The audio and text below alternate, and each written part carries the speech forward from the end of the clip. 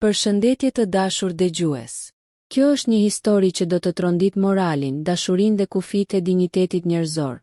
Një rrëfim që fillon me një ofertë të çmendur, 1.000.000 € për një natë, por që përfundon duke vënë në provë shpirtin, besimin dhe vetë thelbin e dashurisë martësore. Historia quhet Milioneri që ofroi 1.000.000 € për gruan e një tjetri. Ishte një mbrëmje e zakonshme pranvere në Milano. Qielli kishte marrë një ngjyrë vjollcë të thellë dhe dritat e qytetit ndriçonin rrugët me shkëlqimin e tyre të artë. Në një lagje të qetë përtej Naviglit, në një apartament modest me 2 dhoma, jetonin Arbeni dhe Elira, një çift që kishte kaluar shumë, por që ende besonte se dashuria mund të mbante gjithçka bashkë. Arbeni ishte 36 vjeç, një burr i ndershëm, punëtor ndërtimi që çdo mëngjes zgjohej në orën 6 për të marrë tramvajin drejt kantierit. Elira ishte 30, një grua e hishme, e zgjuar dhe me një bukuri që se fshihte as thjeshtësia e saj. Punonte si asistente në një butik të vogël mode, ku kalonte orë të gjata, shpesh në këmbë, duke buzëqeshur para klientëve. Ata ishin martuar prej 7 vitesh, por jeta nuk ishte qenë e lehtë. Me qira të lartë, paga të ulëta dhe një kredi të vogël që ende i rëndonte mbi shpinë, çdo muaj ishte një betejë për të mbijetuar. Megjithatë, dashuria e tyre kishte qenë forca që i mbante bashkë.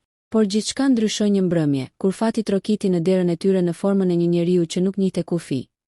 Lorenzo De Luca, një milioner italian, pronar hotelesh luksoze dhe njeri i pushtetshëm që e kishte mësuar botën të përkulej para tij. Takimi i parë. Elira e njohu Lorenzon në butik. Ai hyri me një vetbesim të frikshëm, i shoqëruar nga asistenti i tij personal. Kishte ardhur për të blerë dhuratë për motrën e tij, por sytë e tij nuk u ndalën tek veshjet. U ndalën tek ajo, tek Elira. Si e ke emrin, zonjush? E pyeti ai me një buzëqeshje të lehtë, teksa ajo po i tregonte një fustan të kuq. Elira, u përgjigj ajo, pak e ndrojtur. Elira, një emër që tingëllon si muzikë. Bukuri që vjen nga brenda, tha ai me zë të ulët, duke e vështruar drejt në sy. Ajo u skuq, por ruajti profesionalizmin. Ai bleu fustanin pa e parë 2 herë dhe u largua, por jo pa kthyer kokën pas. Dhe ajo ndjeu diçka të çuditshme, një ndjenjë që se kuptoi dot, frika apo kurreshtje. 3 ditë më vonë, Lorenzo u rikthye. Këtë herë e priti jashtë butikës. Elira, më fal për guximin, i tha, por do të doja të ftoja për një darkë, vetëm për të biseduar. Ajo e refuzoi me edukat. Ishte e martuar dhe s'kishte asnjë arsye të pranonte. Por ai nuk u dorëzua. I la një zarf në duar, duke i thënë, mos e hap tani, vetëm kur të jesh vetëm. Në shtëpi, kur Arbeni erdhi, ajo i tregoi. Brenda zarfit kishte një çek prej 5.000 eurosh dhe një kartëvizit me emrin e Lorenzos. Arbeni u trondi. Kush është ky njeri? Dhe pse të jep para? Elira i tregoi gjithçka. Ai u zemërua, por edhe u ndjej pafuqishëm. Mos e përmend më, i tha. Mos e takosh kur më. Ftesa që ndryshoi gjithçka. Por Lorenzo nuk e kishte ndërmend të hiqte dorë. Një javë më pas, ai erdhi sërish në butik. Këtë herë i solli një buqet të madhe trëndafilash të bardhë dhe i tha diçka që do ta ndryshonte përgjithmonë jetën e saj. Elira, e di që je e martuar. Nuk dua të shkatërroj asgjë. Dua të bëj një propozim që mund të ndryshojë jetën tënde dhe të burrit tënd. Ajo e dëgjoi me sy të zgurdulluar. Nëse burri yt pranon, unë do t'i jap 1.000.000 € vetëm për një natë me ty. Vetëm një natë. Fjalët e tij ranë si rufe. Elira u ngrit me një herë. Kjo është marrëzi, është ofendim, tha ajo me zë që i dridhej. Por Lorenzo, pa humbur qetësinë, tha, jo, është një ofertë e sinqertë. Nuk bëhet fjalë për dashuri, por për dëshirë dhe pushtet. Dhe unë gjithmonë e marr atë që dua. Nëse ai pranon, do të bëhem sponsori juaj për gjithë jetën. Shtëpi, makinë, jetë të re. Elira iku duke qarë. E ndjente veten të poshtëruar, të ndyrë, por edhe të hutuar. 1.000.000 €, një shumë që do t'i nxirrte nga varfëria për gjithmonë. Biseda e natës. Atë natë, ajo ja tregoi gjithçka Arbenit. Ai e dëgjoi në heshtje. Fytyra e tij u bë zbet dhe syti u mbushën me lot. Dhe çfarë the ti? Pyeti ai. E refuzova. Natyrisht që e refuzova. Ai heshti për disa sekonda. 1.000.000 €, përsëriti me zë të ulët, sikur po fliste me veten. E di çfarë mund të bënim me aq para, Elira? Ajo e pa me tmerr. Mos guxo ta mendosh, i tha. Por Arbeni nuk foli më. Unë ngrit, doli në balkon dhe ndezi një cigare. Ishte një burr që kishte kaluar gjithë jetën duke punuar për thërrime, dhe tani, për herë të parë, para tij qëndronte një mundësi që do t'i ndryshonte jetën përgjithmonë. Dihmi. Ditët në vijim u bën të rënda. Arbeni nuk fliste shumë, rrinte i menduar, ndërsa Elira ndjente që diçka po prishej mes tyre. Një mbrëmje, ajo e gjeti ulur në kuzhinë, me shishen e verës përpara dhe zarfin në dorë. Elira, i tha me zë të lodhur. A është e mundur që një njeri të humbas gjithçka që ka për faj të krenarisë? Ajo se kuptoi. Çfarë po thua? Po them që ndoshta një natë nuk është fundi i botës. Mund të fillojmë një jetë të re, mund të blejmë shtëpi, mund të kemi fëmijë. E gjitha për një natë. Elira shpërtheu në lot. Ti po më shet, Arben. Po më shet si mall. Ai ngriti kokën, syti ishin bërë të kuq. Jo, unë po sakrifikoj nderin tim për të ardhmen tonë. Fjalët e tij i mbetën në mendje gjatë gjithë natës. Për herë të parë, ajo ndjeu neveri, jo vetëm ndaj Lorenzos, por edhe ndaj burrit që kishte dashur më shumë se jetën. Vendimi. Të nesërmen në mëngjes, Lorenzo mori një telefonat nga një numër i panjohur. Ishte Arbeni. E pranoj, i tha. Por me një kusht. Dua ta kem gjithçka me shkrim. Dua garanci që parat do të transferohen me njëherë. Lorenzo buzëqeshi. E prisja këtë telefonat. Nata e marrëveshjes. Një javë më vonë, në një vilë luksoze në Como, çdo gjë ishte gati. Një kontratë, një noteri, një transfert bankare. 1.000.000 euro në llogarinë e Arbenit. Elira, me fustan të zi dhe sy të përlotur, qëndronte në heshtje. Nuk fliste. Nuk e kuptonte nëse ishte grua, objekt apo viktim. Lorenzo ju afrua ngadalë dhe i përshpëriti në vesh. Sot, do të kujtoj gjithë jetën. Arbeni, përpara se ajo të largohej në dhomë, e mbajti për dorë dhe i tha. Bëje për ne, për të ardhmen tonë. Ajo e pa në sy për herë të fundit. Dhe në atë moment dashuria u shua. Kur u kthye në mëngjes, Elira nuk foli. As nuk qau.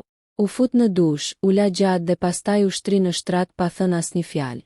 Arbeni u përpoq ta përqafonte, por ajo e shtyu. 1.000.000 euro tani ishin në llogarinë e tyre. Por ajo ndjeu se kishte humbur diçka që asnjë para në botë s'mund ta blinte më shpirtin e saj. Në ditët që pasuan, shtëpia e tyre u mbush me heshtje. Asnjë përqafim, asnjë buzëqeshje, vetëm heshtje dhe faj. Lorenzo ndërkohë i dërgonte mesazhe. Më mungon, shkruante. Nuk mjafton një natë. Dhe aty fillon përplasja më e madhe e kësaj historie. Dashuria kundër paras, besnikëria kundër tundimit, dhe faji që nuk mund të fshihet me asnjë milion. 3 javë kishin kaluar që nga ajo natë. Në pamje të parë, gjithçka dukej ndryshe. Llogaria e tyre bankare ishte plot. Arbeni kishte lënë punën, kishte porositur një makinë të re dhe po kërkonte një apartament luksoz në qendër të Milanos. Por brenda mureve të atij apartamenti të vjetër, atmosfera ishte bërë padurueshme. Elira flinte në dhomën tjetër. Fliste pak, buzëqeshte rrallë, dhe çdo herë që Arbeni afrohej, ajo e largonte me një shikim bosh. Ai përpiqej ta justifikonte, duke i thënë vetes se ishte e tronditur dhe se do t'i kalonte. Por ajo që s'do t'i kalonte kurrë, ishte ftohtësia e saj. Jeta me 1.000.000 euro. Një mëngjes, ndërsa Elira po pinte kafen, Arbeni hyri në kuzhinë me një dosje në dorë. Shiko, gjetëm një apartament të mrekullueshëm në Porta Romana. Me pamje nga parku, 2 dhoma gjumi, garazh privat. Vetëm 600.000 euro, tha i gëzuar, sikur po fliste për ëndrrën e jetës së tyre. Elira e shikoi në heshtje. A do të jetojmë atje, Arben? Po, pse jo? Kemi para. Kemi mundësi më në fund të jetojmë si njerëz. Ajo uli kokën. Si njerëz, apo si 2 fantazma që blejnë heshtjen e tyre? Ai ngriti zërin, mos fillo prap me fajin. Ti e pranuar, unë e pranuar. U bë, tani duhet të ecim përpara. Elira nuk foli. U ngrit, mori çantën dhe doli pa thënë asnjë fjalë. Takimi i rastësishëm. Në atë pasdite të zymt, Elira po ecte në rrugicat e qeta të qytetit, kur një makinë luksoze u ndal përpara saj. Ishte Lorenzo. Zoti im, Elira, tha ai duke zbritur me buzëqeshje. A më lejon t'i them që po bëhesh çdo ditë më e bukur? Ajo tentoi të largohej. Mos më ndiq më, të lutem. Unë nuk të ndjek. Unë vetëm dua të flas. Vetëm 5 minuta. Ajo hezitoi, por ai hapi derën e makinës dhe i tha. Ti se meriton të ecësh nën shi. Hajde, vetëm për një kafe. Në një lokal të qetë buz liçenit, Lorenzo e shikonte me vëmendje. Elira, a të trajton burri yt mirë tani që jeni të pasur? Ajo heshti. Parat nuk e zëvendësojnë shpirtin e thyer. Ai buzëqeshi me ironi. E dija që ai nuk do të dinte ç'të bënte me to. Burrat e dobët gjithmonë e shesin dashurinë. Pastaj e vrasin me faj. Elira ngriti sy. Mos guxo ta përmendësh atë natë. E pse jo? Ishte e mrekullueshme. E ndjer e sinqert. Nuk do ta harroj kurrë. Për ty mund të ketë qenë loj. Për mua ishte ferr. Ai u përkul përpara dhe I përshpëriti. Elira, nuk dua para. Dua ty. Dua të shoh sërish. Ajo u ngrit me një herë. Kjo përfundoi, Lorenzo. Për gjithmonë. Dëfmi. Kur u kthye në shtëpi, Arbeni e priti në korridor. Ku ishe? Ke pyeti me ton të ftohtë. Dola të shëtis pak. Mos më gënje. Të pash. Ishte ai, apo jo? Elira u ngrit në mbrojtje. Ai më foli rastësisht. Unë nuk e kërkova. Arbeni e shikoi me syt plot xhelozi dhe dhimbje. E ke ndar mendjen, Elira. Do të kthehesh te ai. Ai të bleu një natë, mos do të blej për gjithmonë tani? Ajo shpërtheu në lot. Mos më akuzo. Ti e more vendimin. Ti e firmose kontratën. Unë isha jotja deri atë natë, por ti më shit. Arbeni ra në heshtje. Ishte e vërtet, por dhimbja e krenarisë mashkullore nuk e linte të pranonte. Që nga ajo ditë, çdo darkë ishte një luftë e heshtur. Fjalë të pakta, shikime të akullta, dy zemra që rrinin në dhoma të ndryshme. 1.000.000 euro I kishte bërë më të pasur në xhep, por më të varfër në shpirt. Një dhuratë e padëshiruar. Një mëngjes, Elira mori një zarf në punë. Brenda ishte një qelës dhe një letër. Apartamenti që refuzuat është ende bosh. Është për ty. Nuk dua përgjigje, dua vetëm të dish se ke një derë të hapur. Le. Elira e gris letrën me duar që I dridheshin. Por, pa e kuptuar, një pjesë e saj ndjente një ndjesi të çuditshme. Jo për dëshirë, por për dëmshpërblim. Ai e kishte lënduar, por edhe kishte parë ndryshe nga burri I saj. Si grua, jo si prom. Mbrëmjen e asaj dite, ajo ja tregoi Arbenit letrën, duke pritur që ai të tregonte forcë, xhelozi apo dashuri. Por ai vetëm u qeshi hidhur. E ndoshta duhet ta marrësh dhuratën. Ai është më bujar se unë, apo jo? Ajo u ngrit nga tavolina, e fyer. Ti se kupton më as çfarë them. Nuk dua asgjë prej ti. Por ai se dëgjoi. Ai tashmë kishte filluar të konsumonte një tjetër helm. Paranojën dhe fajin. Rënja. Ditët u kthyen në net pa gjumë. Arbeni filloi të pijë çdo mbrëmje. Fillimisht për të qetësuar, më pas për të harruar. Shokët e vjetër e shihnin të ndryshuar. Ai e kishte bler makinën e shtrenjtë, por e përdorte për të bredhur rrugëve pa qëllim. Në çdo pasqyrë, ai shihte një burr që kishte shitur dashurinë e jetës për një shifër në ekran. Elira ndërkohë po zhytej në heshtje. Ajo nisi të ndjente fajin jo vetëm ndaj vetes, por edhe ndaj Zotit. Një natë në dhomën e saj, ajo ul përpara pasqyrës dhe tha me zë të ulët. E vërteta është që unë s'jam më unë. Ajo Elira që besoja në dashuri, që besonte në ndershmëri, vdiq atë natë. Lajmi I beftë. Një mëngjes, ajo ndjeu diçka të çuditshme. Kishte vonesë në cikël. Një ndjesje e frikshme I përshkoi trupin. Bëri një test shtatzënie dhe rezultati ishte pozitiv. Ul në dysheme, duart I dridheshin, trupi I ftohtë. Lotët I rrëshitën në faqe, por frika më e madhe ishte një. Kujt I përkiste fëmia? Në mbrëmje, kur Arbeni u kthye, ajo nuk dinte si ta thoshte. Arben filloi me zë të dridhur. Jam shtatzën. Ai ngriti kokën, fytyra ju zbut për një çast. Shtatzën. Vërtet. Kjo është e mrekullueshme. Por gëzimi I tij u shua kur pa sytë e saj të përlotur. Elira, çfarë ke? Pse nuk gëzohesh? Ajo u mbulua me duar. Sepse nuk e di kujt I përket. Ai u ngrit ngadalë, sikur dikush I kishte hequr tokën nën këmbë. Çfarë po thua? Elira qau. Nuk e di nëse është I yti apo I tij. Arbeni shpërtheu, e shtyu karrigen, shkatëroi gotën në mur. Pastaj doli me hap të rrëmbyer duke klithur. E vrave gjithçka. E vrave dashurinë, më vrave mua. Një shpresë e thyer. Për ditë të tëra, ai nuk u kthye. Elira qëndroi vetëm në heshtje me barkun që tashmë po I ndryshonte çdo ditë. Nuk dinte ç'të bënte. E vetmja gjë që i erdhi në mendje ishte t'i shkruante një letër Lorenzos. Nëse vërtet ke një grimc njerëzie brenda teje, lëre këtë histori të mbaroj këtu. Mos më kërko më, mos më ndihmo, haro që ekzistoj. Por Lorenzo nuk ishte tipi që dorëzohej. Ai erdhi vetë një natë para portës së saj. Elira, dëgjo, nuk dua ta tërheq më. Dua të kujdesem për ty. Për fëmijën, nëse është imi. Ajo e shikoi me sy të mbushur me urrejtje dhe frikë. Fëmia nuk është mall, Lorenzo. Dhe unë nuk jam ajo grua që ti bleve për një natë. Ai tentoi t'i afrohej, por ajo i mbylli derën në fytyrë. Kthimi i Arbenit. Pas 2 javësh, Arbeni u kthye. Ishte dobësuar, i palar, i thyer. Elira, tha me zë të butë.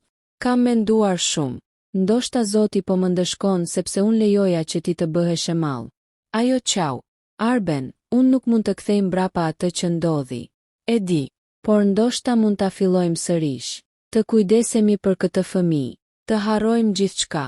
Po nëse nuk është i yti, ai e mori dorën. S'ka rëndësi. Nëse e do ti, do ta dua dhe unë.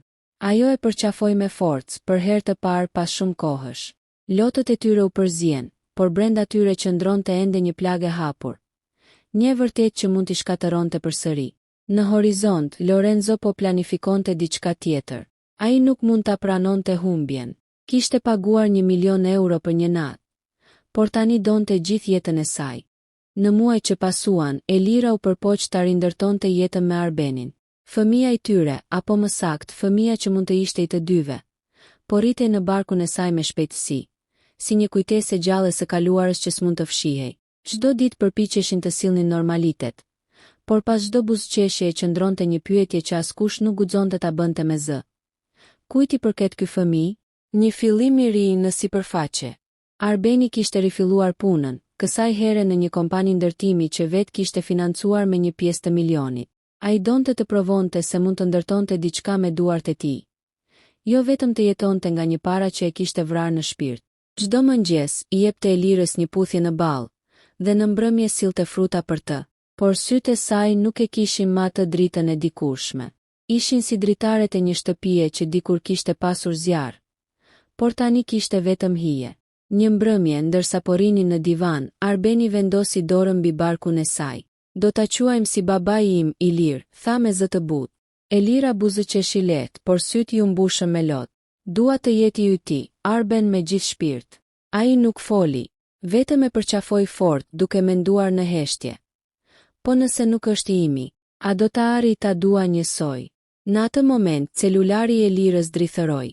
Një numër pa emër, një mesazh i shkurtër. Shpresoj të jesh mirë. E di që se do, por dua të di nëse fëmia është imi. Ajo e fshiu me njëherë mesazhin, por ndjeu barkun të shtrëngohej. Ishte rikthyer. Lorenzo. Hija e Lorenzos. Lorenzo de Luca nuk ishte mësuar të humbte. Ishte njeri që kur e donte diçka, e merrte, pavarësisht çmimit. Në zyrën e tij në qendër të Milanos, me pamje nga Duomo, ai po pinte verë të kuqe, duke shfletuar një dosje me dokumente. Në faqe të parë një foto e Elirës, e marrë në fshehtësi në rrugë. Poshtë saj raporti një hetuesi privat. Shtatzën 5 muaj. Jeton ende me burrin. Ai ka rifilluar punën. Nuk ka shenja ndarjeje. Lorenzo mbylli dosjen dhe tha me zë të ulët. Nëse ai ka marrë paratë e mia dhe më ka marrë edhe gruan, do ta bëj të paguaj.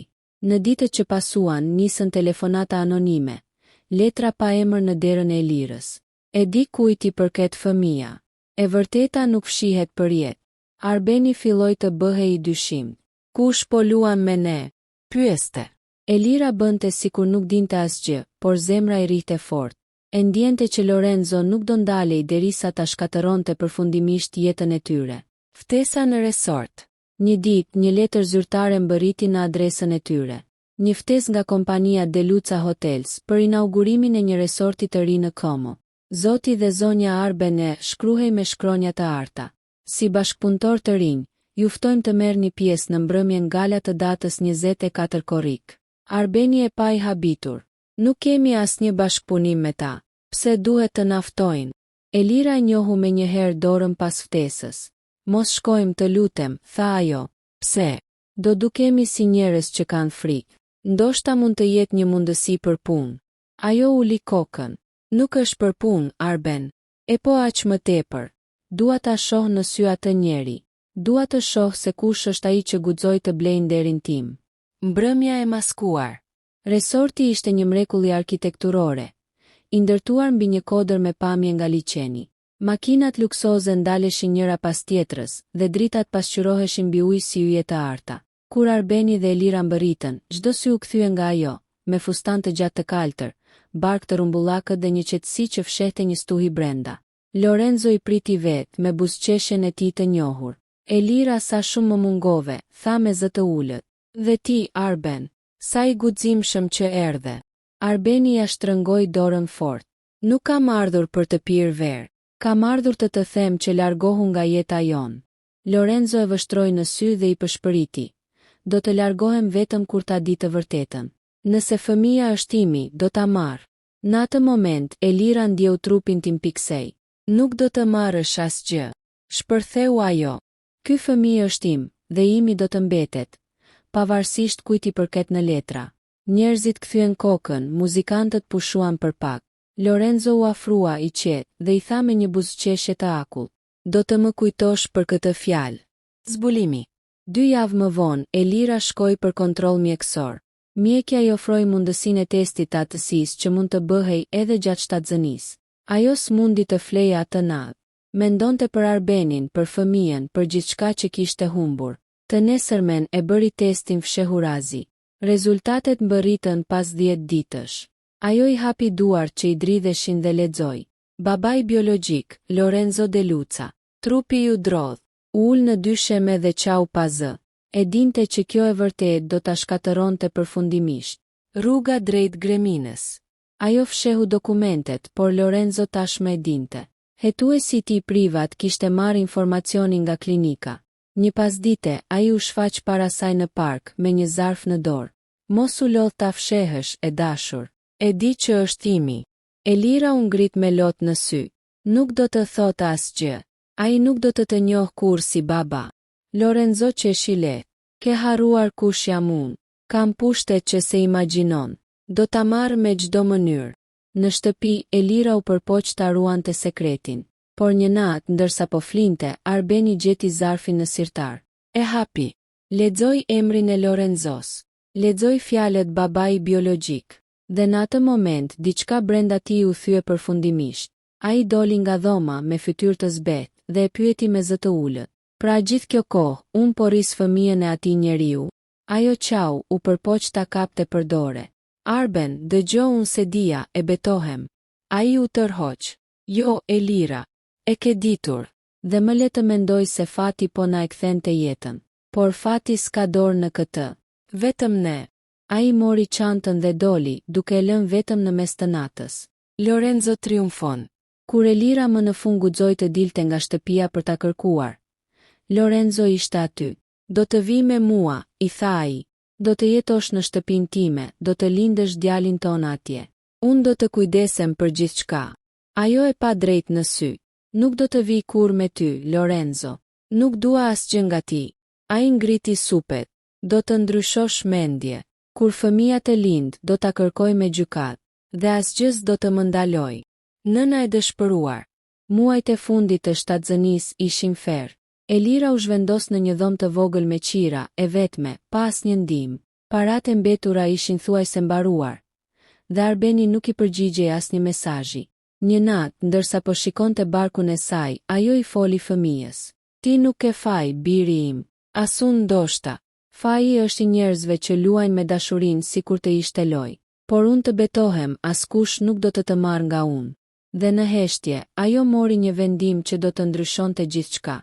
Në mëngjesin e 12 janarit, ajo mori një tren për në një qytet të vogël në jug të Italisë. Nuk la asnjë adresë, asnjë letër, asnjë gjurmë. Vetëm një mesazh të shkurtër për Arbenin. Të fal për gjithçka, por duhet të mbroj djalin. Mos më kërko. Ndërsa treni largohej nga Milano, Elira ndjeu për herë të parë qetësi në shpirt. Por në hijet e qytetit, Lorenzo tashmë kishte nisur kërkimin. Dhe ai nuk ndalej kur pa fituar.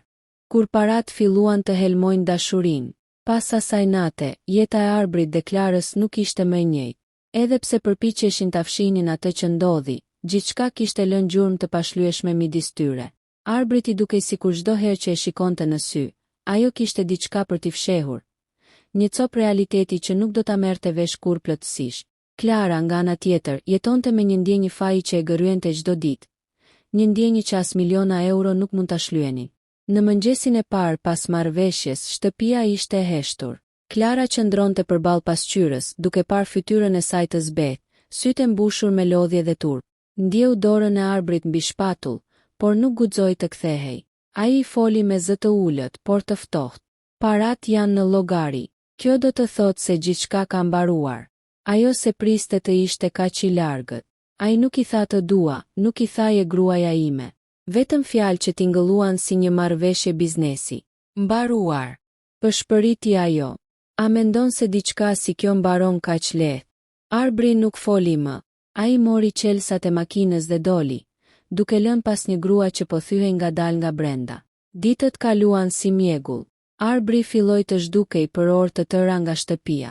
Ai shmangi çdo bisede për atë natë, por çdo heshtje e tij e thërmonte më shumë Klarën. Parat ishin aty, në një llogari që u dukej si mallkim. Ishin miliona që nuk blenin qetësi, nuk sillnin lumturi, nuk fshinin kujtimet. Një natë Klara vendosi ta kërkonte. Mori makinën dhe shkoi drejt hotelit Belmare, aty ku kishte ndodhur gjithçka. Zemra i rrihte fort, e dinte që nuk kishte pse të kthehej, por diçka brenda saj kërkonte përgjigje. Në hollin e hotelit u përball me një surprizë të hidhur, Markun milionerin. Ai po pinte verë i qetë, sikur asgjë nuk kishte ndodhur. Kur e pa, buzëqeshi me atë buzëqeshje të tij të sigurt, të frikshme. E dija që do vije, tha ai. Ti nuk je si burrat që harrojnë. Ti doje ta kuptoje pse. Klara ngriti sytë e mbushur me përbuzje. Nuk dua të kuptoja asgjë. Dua vetëm të di pse e bëre. Pse ne? Marku mori një glënik nga vera dhe foli ngadalë. Sepse doja të provoja kufit e njerëzve. Të dashurisë, të besnikërisë. Dhe ti më tregove gjithçka që doja të dija. As dashuria, as morali nuk janë më të fortë se nevoja. Ti e pranove, edhe pse me dhimbje. Klara e pa drejt në sy. Jo, tha ajo me zë që i dridhej. E pranova sepse burri im më shtyu në këtë. Sepse ndonjëherë dashuria e vërtet vdes nga uria, jo nga tradhtia. Ajo u largua, por sytë e Markut e ndoqën deri në dalje. Ai qeshi lehtë, një qeshje që përshkroi gjithë boshllëkun e tij. Kur u kthye në shtëpi, Arbri ishte ulur në dhomën e ndenjes, duke parë një dokument në laptop. Nuk e pa as kur ajo hyri. E pash Markun, tha Klara. Ai ngriti sytë me një herë, i tronditur. Çfarë kërkon më me të? Të vërtetën. Dhe e mora. Arbri e mbylli laptopin dhe u ngrit. Çfarë do të thuash? Ai nuk donte parat. Donte të na shkatëronte. Donte të shihte se sa pak vlen dashuria kur e vendos përballë parave. Dhe ne e vërtetuam. Ai fitoi. Arbri heshti për disa sekonda. Syti ishin mbushur me diçka që ngjante me pendim, por ishte shumë vonë. Ndoshta po, tha ai më në fund. Por unë e bëra për ne, për një jetë më të mirë. Klara e shikoi me lot në sy. Cila jetë, Arbër? Kjo që po na vret çdo ditë, apo ajo ku nuk guxojmë më të prekim njëri tjetrin pa menduar për çmimin? Ai nuk foli më, vetëm ul përsëri, duke shtrënguar kokën mes duarve. Parat ishin bërmur mes tyre, muri art, por i ftohtë si varr. Ditët që pasuan ishin të ftohta, të ngrira. Çdo darkë kthehej në një heshtje të ngurtë. Klara filloi të punonte sërish në një butik veshjesh, thjesht për t'u larguar nga shtëpia. Arbri, megjithse tashmë kishte një shumë të madhe në llogari, nuk gjente qetësi. E ndjente sikur gjithçka që prekte ishte e përlyer. Një mbrëmje, ndërsa ajo po kthehej nga puna, në parking e priste një makinë luksoze. Ishte përsëri ai, Marku. Ai zbriti ngadalë me një buqet trëndafilash të bardhë. Klara, tha ai, më lër ta korrigjoj atë që ndodhi. Ajo u largua disa hapa pas. Nuk e që të korrigjosh. Ke bërë mjaft. Jo. Dua ta ndihmoj burrin tënd të investoj. Dua që të dy të fitoni më shumë. E ndjej se e meritoni. Klara e kuptoi me një herë. Ai nuk kërkonte investim, kërkonte kontroll. Një lojë tjetër. Nëse më afrohesh përsëri, tha ajo duke u dridhur, nuk do hesht më. Marku buzëqeshi me përbuzje. Mos u bëj naive. Tani e pjesë se kësaj bote. Dhe kush hyn, nuk del më lehtë. Në shtëpi, ajo i tregoi gjithçka Arbrit. Ai u ngrit menjëherë i zemëruar. Ky njeri po tall jetën tonë. Jo, Arbër, ne ja dham vet. Fjalët e saj e ndalën si një shuplak. Ai u ul duke kuptuar se ajo kishte të drejtë, por në brendësi të tij diçka tjetër po linte, dëshira për hakmarrje. Dhe ajo dëshirë do ta shtynte drejt një rruge shumë më të errët. Kur hakmarrja bëhet më e shtrenjtë se dashuria, nata kishte zbritur mbi qytet si një mantel i zi, dhe në dritën e zbehtë të dritares, Arbri qëndronte zgjuar. Në duar mbante një dosje që kishte filluar ta mbushte ditëve të fundit. Fotografi, dokumente, fragmente nga jeta e Markut. Çdo gjë që kishte mundur të gjente. Sytë i ishin errësuar nga urrejtja. Ai nuk ishte më i njëjti burr që dikur luftonte për një shtëpi më të mirë. Tani luftonte për diçka tjetër, për dinjitet, për hakmarrje. Klara flinte në dhomën tjetër, por as gjumi nuk e çlironte nga kujtimet. E shihte shpesh në ëndër atë natë, ndjente aromën e verës, ndjente duart që ishin të burrit të saj, dhe zgjohej duke u dridhur. Një mëngjes, Arbri e gjeti duke pirë kafe në kuzhinë. Duhet të iki për disa ditë, i tha me ton të thatë. Ku? Në Tiranë. Kam disa punë të rëndësishme. Mos më pyet shumë, thjesht beso tek unë.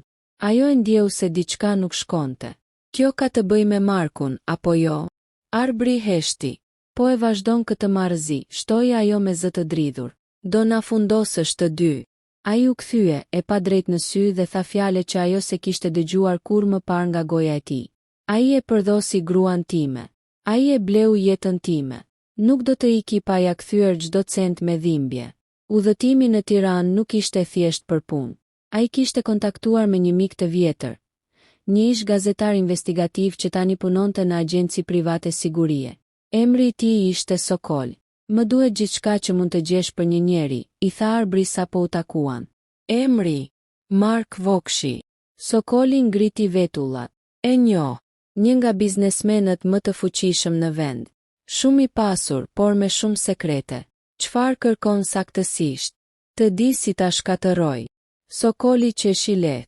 Nuk është aq e thjesht. Njerëz si ai nuk kanë thjesht para, kanë mbrojtje, lidhje, njerëz që vrasin për një nënshkrim.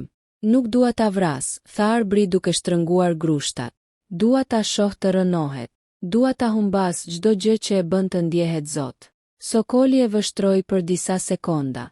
E di që kjo do të kushtoj shumë. Më shumë se ç'kam paguar tashmë. Nuk besoj. Ndërkohë Klara në shtëpi po përpiqej të mbante normalitetin. Punonte gjatë, fshinte lotët fshehurazi dhe i lutej që ai të mos bënte ndonjë marrëzi. Një ditë, teksa po mbyllte butikun, një djalë i ri ju afrua me një zarf në dorë. Zonja Klara. Po. Këtë e dërgon zoti Mark.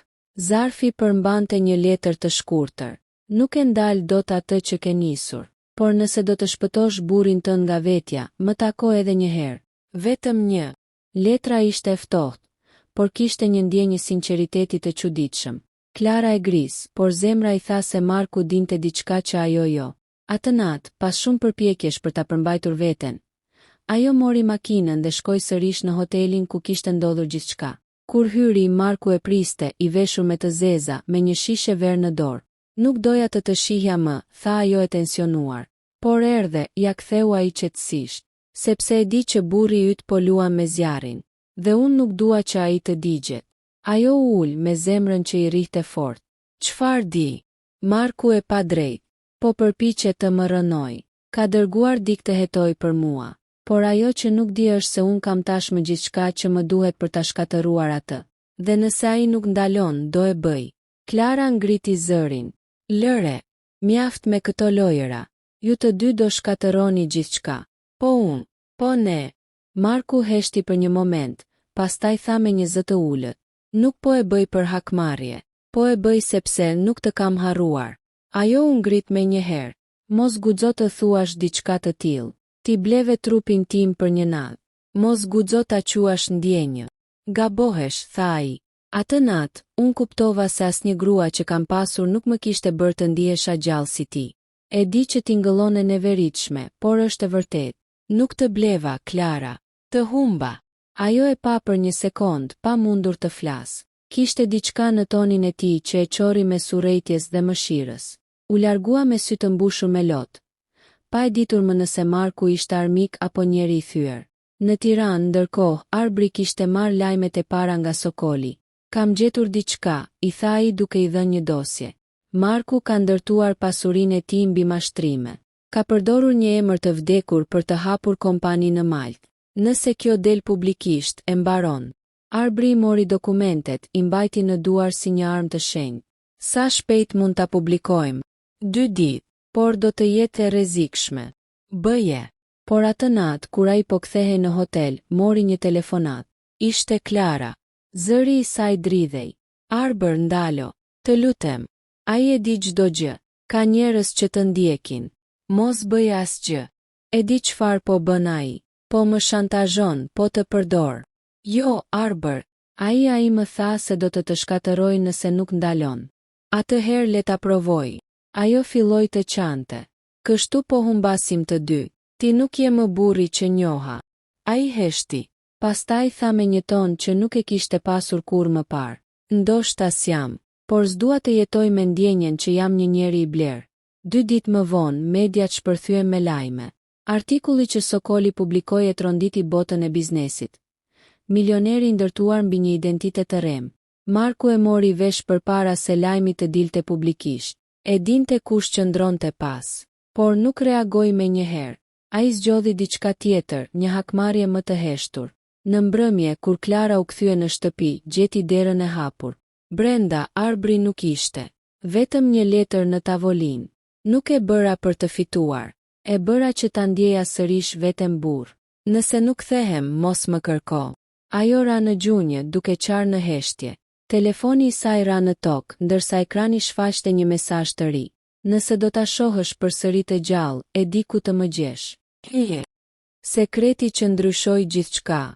Era frynte fort atë natë, sikur qielli vetë të kishte marrë frymë rënd nga mëkati që po ndodhte në tokë. Klara po ngiste makinën me duar që i dridheshin, ndërsa në ekranin e telefonit qëndronte ende mesazhi i Markut. Nëse do ta shohësh përsëri të gjallë, e di ku të më gjesh. Ajo nuk kishte nevojë për adresa. E dinte instinktivisht ku duhej të shkonte. Në vilën e tij në breg të liçenit, vendi ku gjithçka kishte filluar dhe ndoshta do të mbaronte. Kur mbërriti, porta ishte e hapur. Heshtje. Vetëm zhurma e ujit që përplasej ngadalë në shkëmbinj. Zemra i rihte aq fort, sa i dukej se edhe nata mund ta dëgjonte. Hyri brenda dhe aty në dhomën e madhe të ndenjes, e pa Markun. Ai qëndronte ulur, me një gotë viski në dorë, i qetë si gjithmonë. E dija që do vije, tha ai pa e parë. Ku është Arbri? Zëri i saj u drodh. Në bodrum. I gjallë. Për momentin. Klara u hodh përpara, por ai ngriti dorën me qetësi. Mos bëj asnjë hap më. Nuk dua që kjo të mbaroj keq. Ajo ndaloi, duke e parë me urrejtje. Pse po e bën këtë? Çfarë do më tepër nga ne? Marku u ngrit ngadalë, syt i kishin ndryshuar. Ishin më të butë, më njerëzor. Dua të më dëgjosh vetëm një herë. Vetëm një herë, para se të më urresh për gjithmonë. Ajo nuk foli, por qëndroi aty me duar që i dridheshin. Unë nuk u afrova rastësisht në jetën tuaj, filloi ai. E dija kush ishe. Klara u step. Çfarë po thua? Klara, unë e kam njohur nënën tënde. Ajo hapi syt me habi. Nëna ime vdiq kur isha e vogël. E di. Ajo punonte dikur si dado në një shtëpi në Tiranë. Aty ku unë isha vetëm një fëmijë. Ajo më shpëtoi jetën. Kur babai më rahu derisa humba ndjenjat, ajo më mori në krah dhe më dërgoi në spital. Quhej Elvira, dhe unë nuk e harrova kur. Klara nisi të qaj. Ishte e tmerrshme dhe prekse njëkohësisht. Ti, po më thua se e njihje nënën time? Po.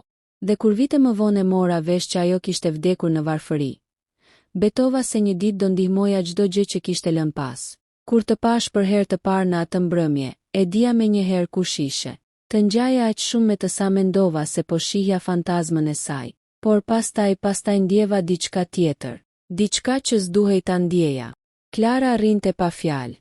Gjithçka që kishte menduar për të, për bindjet e tij, për lojën e tij të pistë, filloi të shpërbëhej në ajër. Pse nuk më the që në fillim? Sepse do më urreje. Do mendoje se po të përdorja për keqardhje.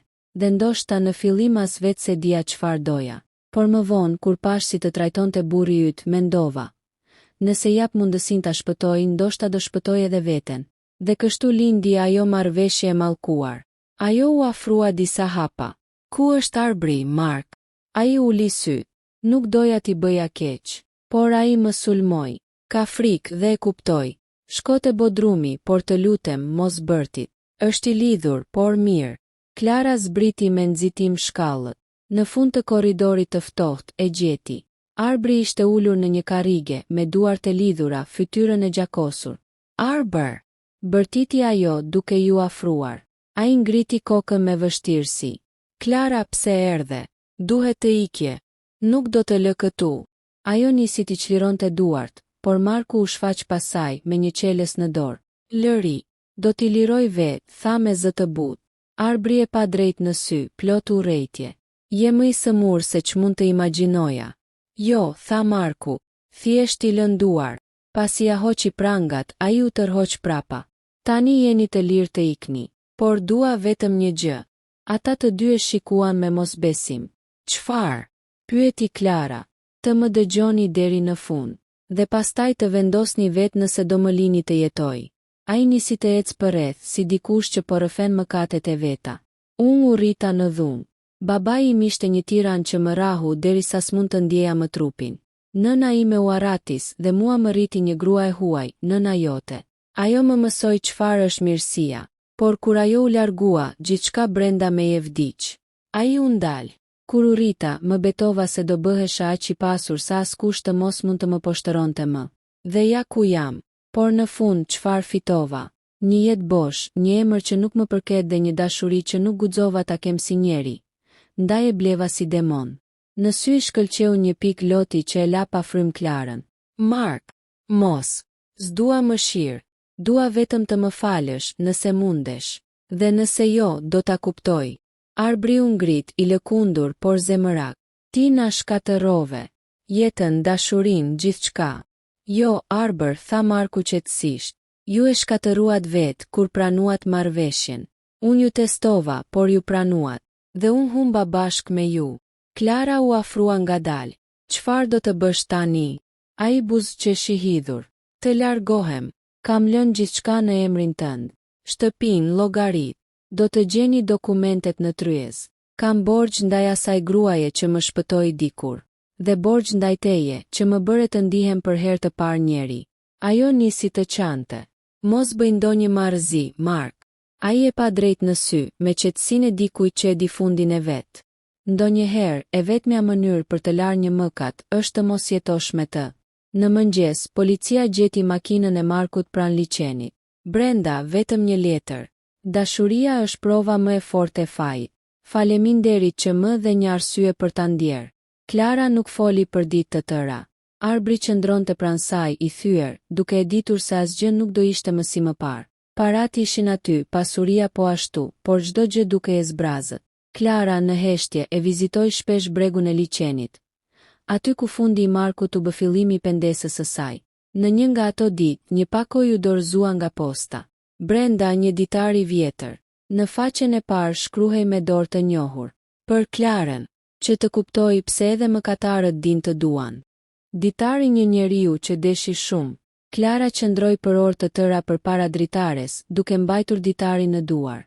Ishte imbuluar me lëkurë të vjetër kafe, me aromë duhani dhe kohë. E ndjeu sikur po mbante një pjesë të shpirtit të Markut. Një shpirt që kishte jetuar midis pasurisë dhe vuajtjes, dashurisë dhe fajit. Në faqe të parë shkruhej me shkrimin e tij të qartë. Nëse kjo bie në duart e tua, Klara, do të thotë që unë s'jam më. Por s'dua të më kujtosh si një njeri që bleu dashurinë, por si dik që se kuptoi kur si ta jepte. Ajo hapi faqen e dytë. Ditarin e kishte mbajtur për vite. Çdo faqe tregonte një plag të re. Dhe aty filloi historia që askush nuk e kishte dëgjuar kur. Një fëmijëria që la plagë. Kam lindur në një shtëpi ku dashuria ishte mallkim. Nëna ime u largua kur isha 5 vjeç. Pasi babai e rahu për shkak se më mbrojti. Unë mbeta me një burr që s'dinte të donte askënd. Më thoshte shpesh, paraja është e vetmja që s'të tradhton. Dhe unë e besova. E besova aq shumë sa kur u rrita fillova të shoh gjithçka me sy të ftohtë, njerëzit, ndjenjat, marrëdhëniet. Gjithçka ishte tregti. Kur ajo grua, Elvira, hyri në jetën tonë si dado, diçka ndryshoi. Ajo më shikonte me një butësi që nuk e kisha parë kur. Kur më gjeti të gjakosur një natë në dhomën time, më mori në krah dhe më tha: "Ti nuk je i keq, thjesht ke harruar si duket dashuria." Ato fjalë nuk më dolën kur nga mendja. Dhe kur u largua, më dukej sikur u zhduk edhe ajri. Klara e mbuloi gojën me dorë, duke ndier si lotët i rridhnin në heshtje. Nëna pëshpëriti ajo, dukej sikur po e dëgjonte për herë të parë historinë e saj, por nëpërmjet kujtimeve të dikujt që e kishte dashur ndryshe. 2 rruga drejt pasurisë. Faqet pasuese ishin të mbushura me shënime për biznesin, bankat, aksionet, emra të njohur e transaksionet e errëta. Kur mbusha 25 vjeç, babai vdiq. Trashëgova gjithçka dhe e përdora urrejtjen si karburant. Brenda 10 vitesh, u bëra një nga njerëzit më të pasur në Europë, por çdo mëngjes zgjohesha bosh. Më dukej sikur çdo grua që afrohej për arsyet e gabuara. Deri ditën që të pash ty, Klara. Ajo ndaloi së lexuari për një moment. Zemra i rahu fort. Në faqen tjetër, një foto e vjetër. Ishte ajo në një event bamirësie vite më parë e qeshur me fustan blu. Ai e kishte prerë nga një gazetë. Kur të pash për herë të parë, ndjeva frikë. Jo sepse ishe e bukur, por sepse ishe e pastër. E dija që nëse të afrohesha, do ta prishja këtë pastërti. Por pastaj kur e pash burrin tënd si të trajtonte, u zgjua diçka brenda meje. U bëra ai djali që dikur e shpëtoi Elvira. Por tani do të shpëtonte ty. 3. Marrëveshja famkeqe. Klara e ktheu faqen me duar që i dridheshin. Të ofroja 1 milion euro nuk ishte për të blerë trupin tënd. Ishte për të blerë një shans, të shihja nëse ishe si të gjitha apo ndryshe. Dhe urrej veten që ta vura në provë. Por kur pranove, Klara, diçka në mua u thye. Jo për shkak të aktit vet, por sepse kuptova që nuk isha më askush që të mund ta doje pa mëshirë. Ajo e mbylli për një moment librin dhe lëshoi një britm të mbytur. Në dhomë hyri Arbri. Çfarë ndodhi? Ajo ngriti syt nga faqet. Ai nuk donte asgjë nga unë, vetëm të më shpëtonte. Dhe unë e urreva. Arbri uli kokën. Nuk foli. Për herë të parë ndjeu turp. 4. Sekreti i fundit. Në faqet e fundit, shkrimi i Markut ishte bërë më i lodhur, më i thellë. Ka një të vërtet që se kam thënë kur, as ty, as askujt. Babai yt i vërtet nuk është ai që mendon. E njoh. Ishte mik i babait tim. Një njeri që la shumë plag pas. Dhe po, ai është njeriu që i solli fundin nënës tënde. Klara ndaloi. Trupi ju drodh. Çfarë? Faqja tjetër e konfirmonte. Ai burr që ti e quajte baba e tradhtoi Elvirën, e la shtatzën dhe e braktisi. Ajo nuk ta tha kur për të mbrojtur. Dhe unë e mora hakun për të. I mora gjithçka. Parat, bizneset, jetën që kishte ndërtuar mbi mashtrim.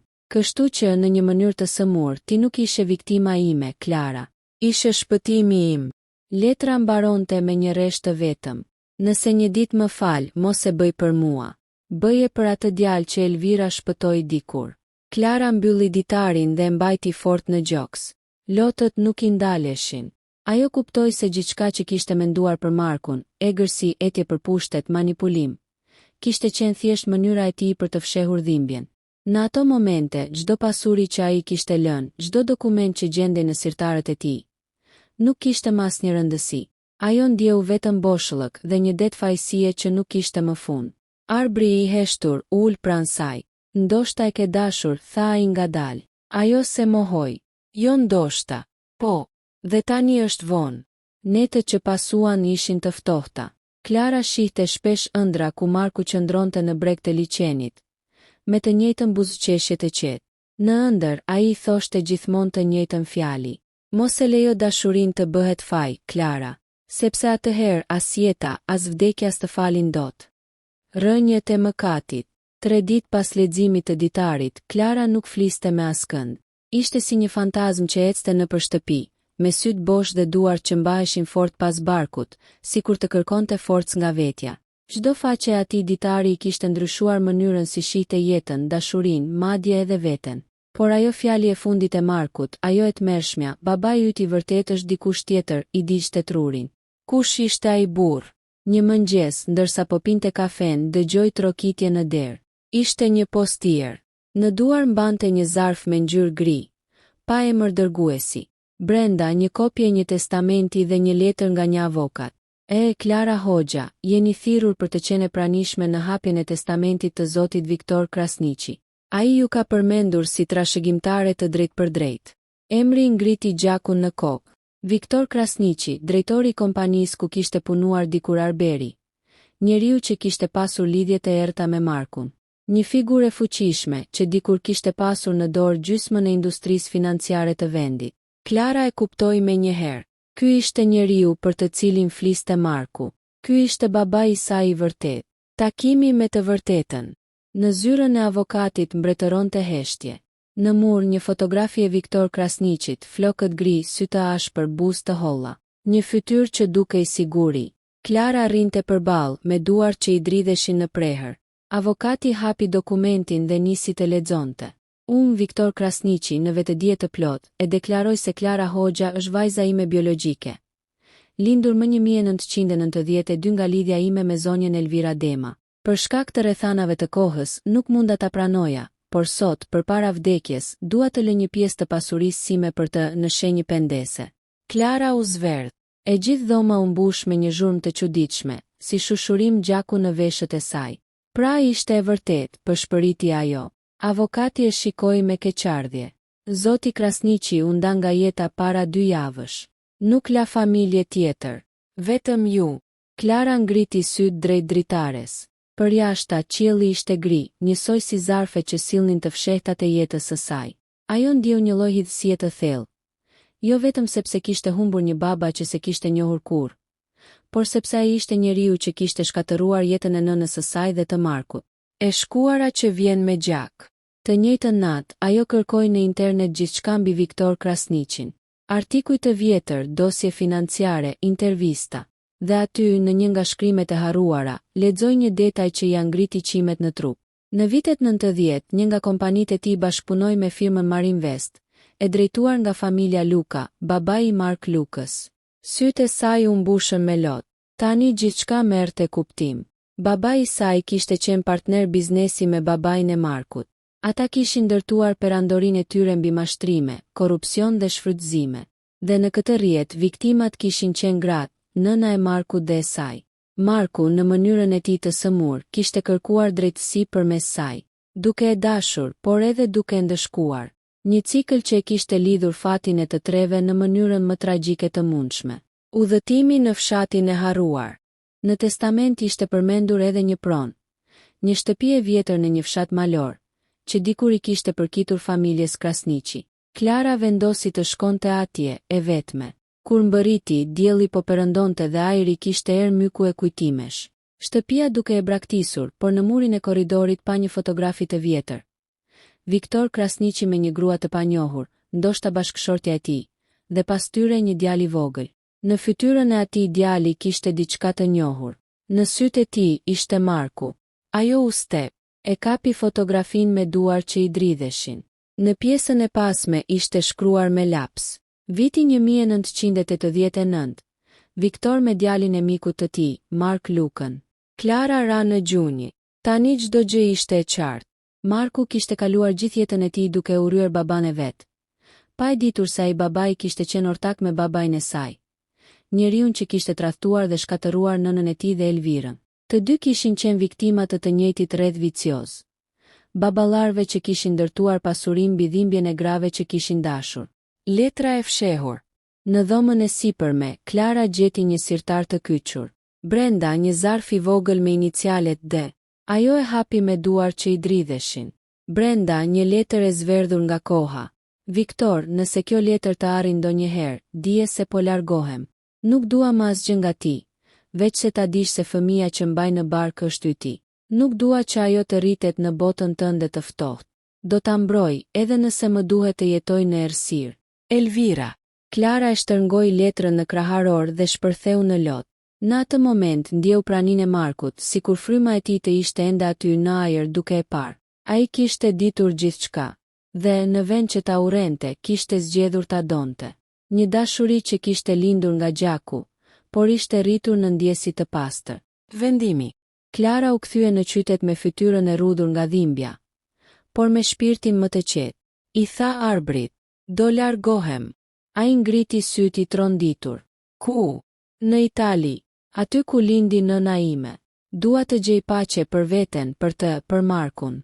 Ajo I dorëzoi të gjitha pasuritë e trashëguara në një fondacion për fëmijët pa prindër. Marku e nisi këtë me dhimbje. Unë dua ta mbyll me dashuri. Arbri nuk pati forcë ta ndalonte. Ai e dinte se ajo nuk I përkiste më as atij, as kujtesës së Markut. Ajo I përkiste vetëm asaj të vërtete që kishte zbuluar. Në mbrëmjen e fundit, Klara shkoi në bregun e liçenit. Era ishte ngrohtë dhe yjet ndriçonin si drita që digjen ngadalë në fund të një jete. Ajo hapi ditarin e Markut për herë të fundit dhe shkroi poshtë faqes së fundit. Faleminderit që më mësove se dashuria nuk blihet me para, por fitohet me dhimbje. Dhe ndonjëherë, mëkatarët janë ata që din të duan më thellë. Ajo e mbylli, e hodhi në ujë dhe qëndroi duke parë teksa valët e gëlltisnin ngadalë. Në buzëqeshjen e saj të fundit, kishte më shumë paqe se në gjithë jetën e saj. Hijet që s'vdesin kurrë. Italia e priti me heshtje. Klara zbriti nga treni në një qytet të vogël buzë detit, me një valigje, një letër në xhep dhe një shpirt të lodhur. Kishte kaluar 3 muaj që kur ishte larguar nga Shqipëria, duke mbyllur çdo kapitull që e kishte lidhur me të kaluarën. Arbrin, pasurinë, dhimbjen, madje edhe kujtimin e asaj nate në liçen. Por kujtimet nuk ikin, ato fshihen në heshtje, presin që të përkulësh kokën dhe pastaj të përqafojnë nga prapa me të ftohtin e tyre. U vendos në një apartament të vogël, pranë një librarie ku nisi punë. Çdo mëngjes pinte kafe në balkon, duke parë detin që shndriste në diell, duke I sikur më në fund po jetonte në paqe. Derisa një mëngjes, posta solli një zarf pa adresë dërguesi. Brenda një fotografi. Në foto një trup mashkulli pranë liçenit, e mbuluar pjesërisht nga batanie policie. Në pjesën e pasme shkruhej: ai nuk u mbyt, dikush e ndihmoi. Klara ndjeu si gjaku ju ngrit në kokë. Zëri I Markut ju rikthye në mendje. Mos e lejo dashurinë të bëhet faj, Klara. Një hije në Itali. Të nesërmen, ndërsa mbyllte librarin, një burr I panjohur ju afrua. Ishte rreth të 50-tave, me kostum të errët dhe sy të akull. Zonjë Hoxha. Ajo u ndal. Po, kush jeni? Ai zgjati një kartvizit. Lorenzo D'Amato, investigator privat. Kam ardhur në lidhje me vdekjen e Mark Lukës. Ajo ngriti vetullat me habi. Ai është I vdekur.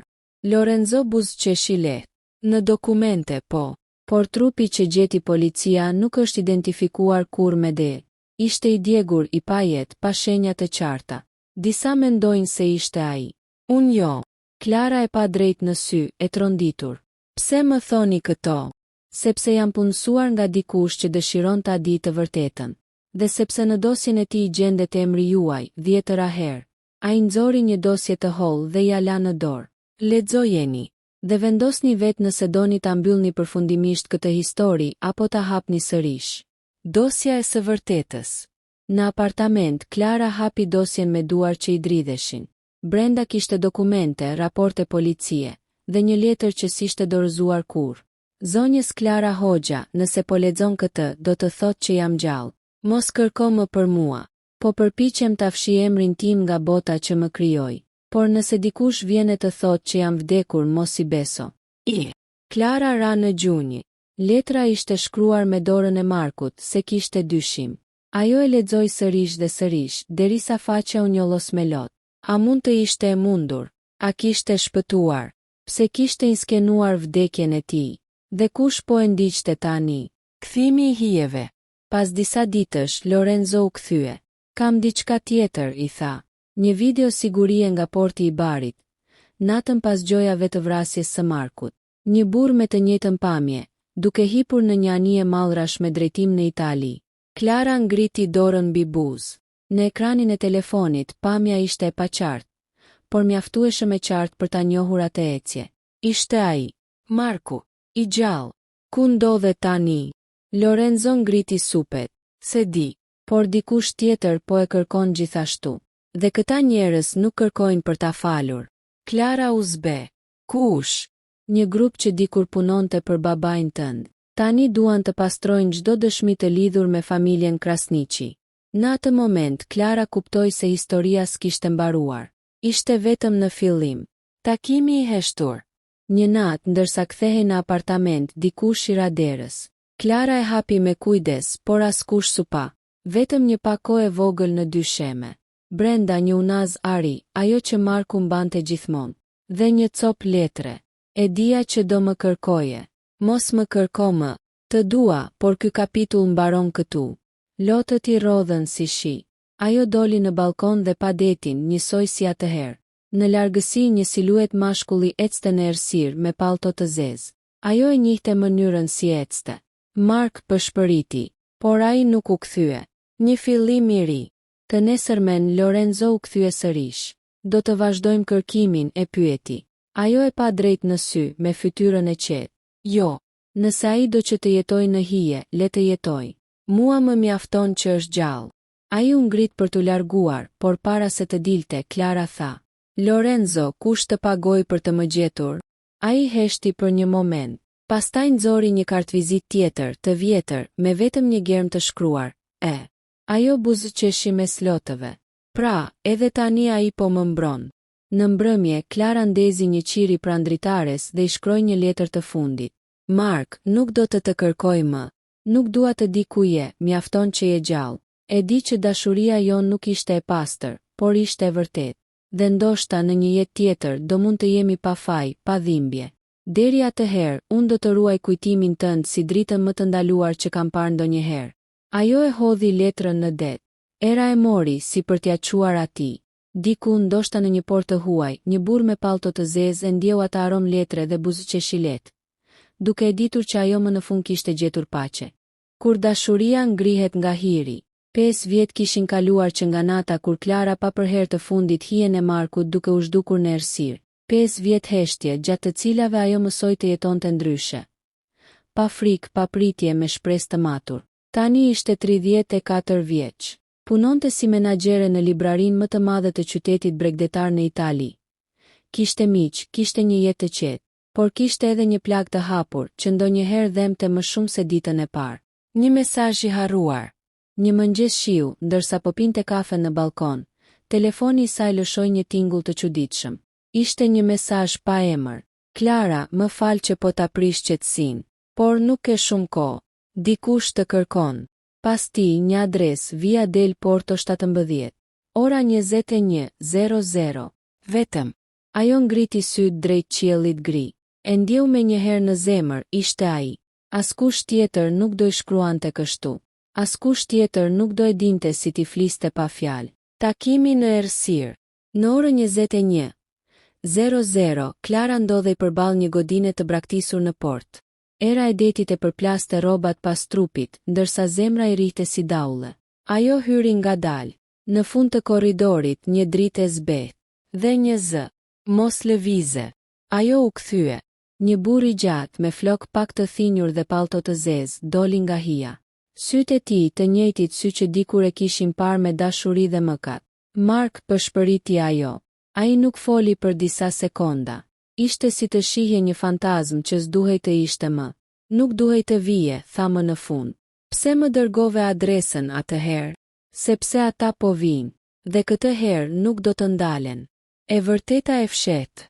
Ata ulën në një dhomë të vjetër me mure të plasaritura. Marku mori frymthell. Klara, atë natë kur u mbyta, nuk ishte aksident. Ishte një plan. Dikush donte të më zhdukte, por dikush tjetër më ndihmoi të largohem. Ishte Lorenzo. Lorenzo. Po. Ai punonte fshehurazi për mua. Kishim zbuluar diçka të madhe. Një rrjet pastrimi parash që përfshinte emra të fuqishëm. Përfshirë edhe babain tënd të ndjer. Ata donin të më eliminonin, sepse unë dija shumë. Klara mbuloi gojën me dorë. Dhe pse tani? Sepse njëri prej tyre është liruar nga burgu, dhe ka betuar se do të hakmerret ndaj kujtdo që ishte pjesë e asaj historie përfshirë ty. Ajo uli kokën. Prandaj më the mos më kërko më, sepse do të kisha rrezikuar jetën tënde. Por tani nuk mund të rish më i fshehur. Aratisja. Pak para mesnatës, 2 makina të zeza u ndalën përpara godinës. Marku e pa nga dritarja dhe e kuptoi se nuk kishin shumë kohë. Do dalim nga prapa. Mbaje dorën time. Ajo po dridhej. Zemra i rrihte aq fort sa mendoi se do i qahej gjoksi. Ata vrapuan në për korridoret e errëta, ndërsa dritat e makinave ndriçonin muret. Një kris më arme u dëgjua. Një plumë përplasi murin pranë kokës së saj. Marku e kapi fort, e shtyu drejt derës së pasme dhe dole në rrugicën që të çonte drejt portit. E ke ende dokumentin që të lash 5 vjet më parë? Po, në kasafort. Ai dokument është arsyeja pse duan të zhdukin. Aty janë emrat e tyre. Duhet ta dorëzojmë tek dikush që mund t'i publikoj. Në horizont ndriçonte një varkë e vogël peshkimi. Ata hipën dhe u larguan, ndërsa zërat e ndjekësve humbën në erë. Streha e fundit. 3 ditë më vonë ndodheshin në një shtëpi të vogël në jug të Italisë. Marku i lodhur ul pranë dritares. Klara ju afrua. Sa kohë mendon të jetojmë kështu? Ai e pa drejt në sy, derisa e vërteta të dalë. Dhe atëherë, nëse jeta do na lër, ndoshta mund të fillojmë nga e para. Ajo e përqafoi ngadalë, duke ndjerë për herë të parë pas kaq vitesh aromën e tij. Unë s'kam dashur kur asgjë më shumë se ty, i përshpëriti. E di, tha ai, por dashuria jon ka lindur në mëkat, dhe duhet të pastrohet me të vërtetën. Zbulimi i fundit. Lorenzo u shfaq sërish. Kishte arritur të marrë një lidhje me gazetar ndërkombëtar. Dosja u publikua. Emra të mëdhenj u arrestuan. Rrjeti i pastrimit të parave u shkatërrua. Por për Markun ishte fundi i lirisë. Do të më kërkojnë sërish, tha ai. Do më ndjekin gjithmonë. Atëherë le të iki me ty, i tha Klara. Ai buzëqeshi hidhur. Jo, këtë herë jo. Tani është radha jote të jetosh. Pa mua. Lëmira. Në mëngjesin e ditës tjetër, ai ishte zhdukur. Në tavolinë kishte lënë një letër dhe një unaz. Klara, e mbajte premtimin e kërkove të vërtetën, edhe pse të dhembi. Unë po iki atje ku s'ka emra e fytyra. Mos më kujto si burrin që të lëndoj, por si njeriun që të deshi më shumë se veten. Të lutem, mos më kërko më. Dashuria jon ishte një flak që s'u kur, por nuk mund të dishte pafund. Klara ul pranë detit me letrën në duar, duke ndjer erën që e përplaste lehtë në fytyrë. Syt ju mbushën me lot, por këtë herë nuk ishin dhimbjeje, ishin liri. Ajo kuptoi se dashuria e vërtet nuk është posedim, por pranim. Ndonjëherë njeriu që të do më shumë, është ai që largohet për të shpëtuar. Epilogu. Pas 2 vitesh, në një mëngjes pranvere, Klara po shëtiste në një qytet tjetër të Italisë. Në një kafe në buzë detit, një burr i moshuar lexonte gazetën. Kur ajo kaloi pranë, ai ngriti kokën për një çast. Sytë e tyre u takuan. I njëjti shikim, i njëjti buzëqeshje e qetë.